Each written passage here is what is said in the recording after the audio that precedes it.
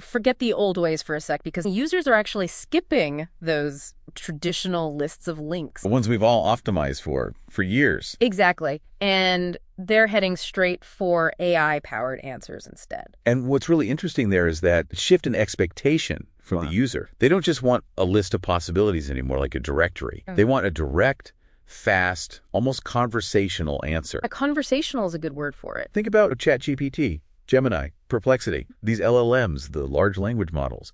They're becoming the first stop for a lot of questions people have. And that means all that incredible effort poured into traditional SEO, chasing keywords, perfecting meta descriptions, trying to get that #1 spot on Google. It's still relevant, kind of, but it's definitely not the whole game anymore. It's this new idea, they call it Generative Engine Optimization, GEO. Exactly, GEO. That's sort of the evolution, isn't it? Seems like it. It's about making sure your content isn't just like crawlable by the old search engine bots. You mean the software that reads and indexes pages for the list? Yeah, precisely. But that it's actually understandable and usable by these newer generative AIs. Okay, understandable and usable. The goal is really for your content to be summarized accurately, interpreted correctly, and ideally even cited in those direct AI answers. So it's not just about ranking high in a list, it's more about being so clear, so structured. AI can confidently read it and just pull out the core answer, making your content answerable by an AI. Answerable, yeah, I like that. And it raises a pretty important question, doesn't it? What happens if your content isn't built that way? If it's not answerable? What does the AI do? Well, AI might just skip over content that's too dense or confusing. Okay, so you get ignored. But here's a really striking insight, the thing that jumped out. Worse than being skipped. And the AI might actually try to interpret that unclear content anyway. Oh, this is where it gets really critical, I think, and it's one of the biggest takeaways from all this material. The risk isn't just a missed click or being ignored, this danger that the AI might confidently present wrong information drawn from your content just because the structure or the clarity wasn't good enough for it to understand properly. So you could inadvertently become the source of misinformation about your own stuff. That's pretty serious. And if you connect that to the bigger picture, the fundamental responsibility for finding the right information, it's shifting. It's moving away from the user carefully browsing lists of links, doing the hard work, and moving towards the AI doing that synthesis, that summary. So your content needs to speak not just to the human reader anymore, but directly to the machine that's summarizing it for that reader. It's a dual audience now. So knowing that the nightmare scenario is having AI confidently mess up your information, how do we actually get our content ready for this GEO world?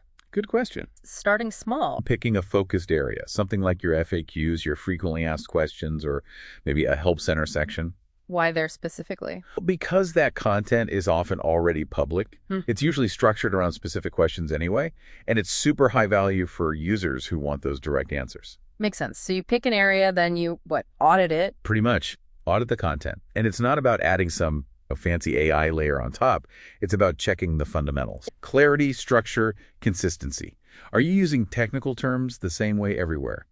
Is the crucial answer buried deep inside a huge paragraph, or is it easy to spot? Basic stuff, but maybe stuff we overlook. And beyond just finding the problems, you obviously need to implement fixes. This means cleaning up your page structure, using things like schema.org markup. Ah, schema markup. That's the code that helps search engines understand context. Precisely. And crucially, it helps AIs understand what specific bits of content are. Like you can explicitly mark text as an FAQ answer or clearly label the steps in a how-to guide. Gotcha. Giving the AI those explicit signals. Having related pages linked together properly reinforces your authority and clarity on a whole topic. Makes you look like you know what you're talking about, basically. And the opposite is true too, I guess. Absolutely. If you call your support area a help center on one page and a support hub on another, that can totally confuse an AI that's trying to build a consistent understanding of your site. So the bottom line is pretty clear. Great AI discovery doesn't just happen by accident.